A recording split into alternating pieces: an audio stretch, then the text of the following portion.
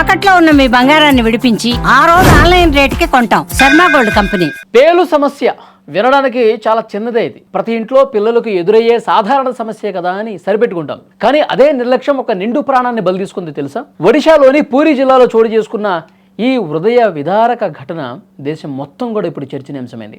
కేవలం 6వ తరగతి చదువుతున్న ఒక చిన్నారి పేల ఇన్ఫెక్షన్ కారణంగా ప్రాణాలు కోల్పోయింది. నిజంగా దిగ్భ్రాంతికి గురి చేసే వార్త ఇది. అసలు పేల వల్ల మనిషి చనిపోవటం ఏంటి? ఆ చిన్నారికి అసలు ఏమైంది? దీని వెనుక ఉన్న అసలు వాస్తవాలేంటి?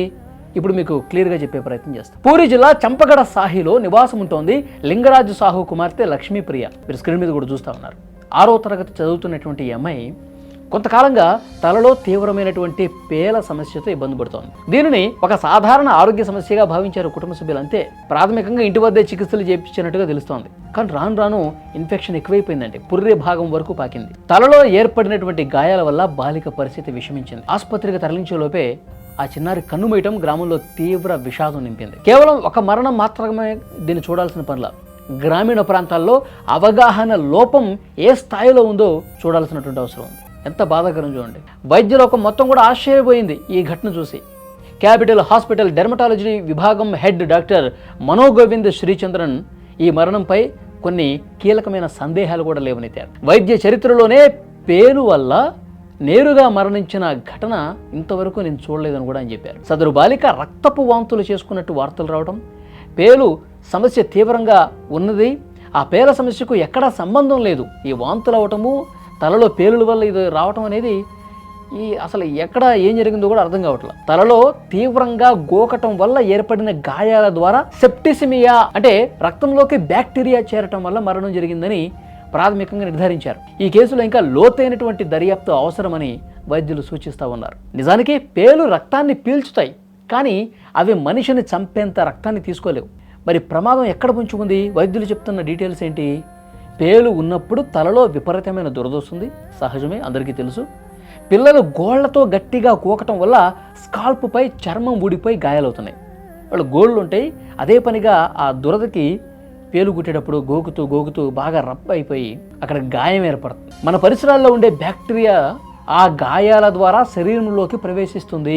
దీన్నే సెకండరీ ఇన్ఫెక్షన్ అంటారు. సరైన సమయంలో యాంటీబయాటిక్స్ అందకపోతే ఆ ఇన్ఫెక్షన్ మెదడు వరకు లేదా రక్తంలోకి ఇంకా లోపలికి వెళ్లే ప్రమాదం ఉంది. లక్ష్మీప్రియ విషయంలో కూడా అదే జరిగిందా? పుర్రె ఎముక వరకు ఇన్ఫెక్షన్ చేరింది అంటే ఇక్కడ క్లియర్గా నిర్లక్ష్యం చాలా స్పష్టంగా అనిపిస్తుంది. ఆమెకి పేను సమస్య ఉంది, విపరీతంగా దురద పెడుతోంది, గోగుతోంది, గాయాలవుతున్నప్పుడే వెంటనే ఒక మంచి ఆసుపత్రికి తీసుకెళ్ళి ఒక మంచి డాక్టర్ని సంప్రదించి వెంటనే చికిత్స తీసుకుంటే క్లియర్ అయిపోయేది. కానీ వాళ్ళు అవగాహన లేకపోవటం వల్ల, తెలియకపోవటం వల్ల, ఎక్కడికి వెళ్ళాలో చూపించకపోవటం వల్ల, సరైన డాక్టర్ని సంప్రదించకపోవటం వల్ల ఆ గాయం అయిపోయి, ఆ గాయం పూర్తిగా రక్తస్రావం అయిపోయి బయట ఉన్నటువంటి బ్యాక్టీరియా అందులోకి వెళ్ళటం వల్ల లోపల మెదడులోకి ప్రవేశించి పుర్రె భాగం లోపలికి ప్రసరించి పూర్తిగా ఇన్ఫెక్షన్ అయి ఆమె చావుకు కారణమైపోయింది. ఈ విషాద ఘటన ప్రతి తల్లిదండ్రులకు ఒక గుణపాఠం కావాలా. మన పిల్లలు తలగొక్కుంటున్నా, చర్మపై ఎర్రటి దద్దుర్లు కనిపిస్తున్నా వెంటనే మీరు స్పందించాలా. సొంత వైద్యం కంటే నిపుణులైనటువంటి డాక్టర్లను సంప్రదించాలా. అప్పుడే ఇలాంటి ప్రమాదాలు దూరమవుతాయి. పరిశుభ్రతే పరమావధిగా పిల్లల ఆరోగ్యంపై నిరంతరం నిఘా పెట్టాల్సిన అవసరం ఉంది. పూరిలో జరిగిన ఈ దురదృష్టకర ఘటన ఇంకొక చోట రిపీట్ కాకూడదంటే ప్రతి ఒక్కరు కూడా అవగాహన కలిగి ఉండాలి. వైద్య శాస్త్రవేత్తలు, పెద్ద పెద్ద డాక్టర్లు కూడా తలలో పేలున్న సమస్యతో చనిపోయారంటే ఎవరికి అంతు పట్టడంలా. పరిశీలిస్తే ఈ కేసు లోతుల్లోకి వెళ్తే అప్పుడు వాళ్ళకి అర్థమైంది.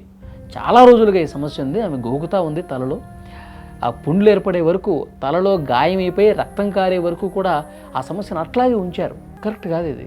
పోతుందిలే, పేలే కదా, ఏముంది, గోగుతుంది, బ్లడ్ వస్తుంది. తల గోగినప్పుడు మరి చర్మం ఊడిపోయినప్పుడు బ్లడ్ వస్తుంది కదా, అన్ని లైట్ తీసేసుకున్నారు.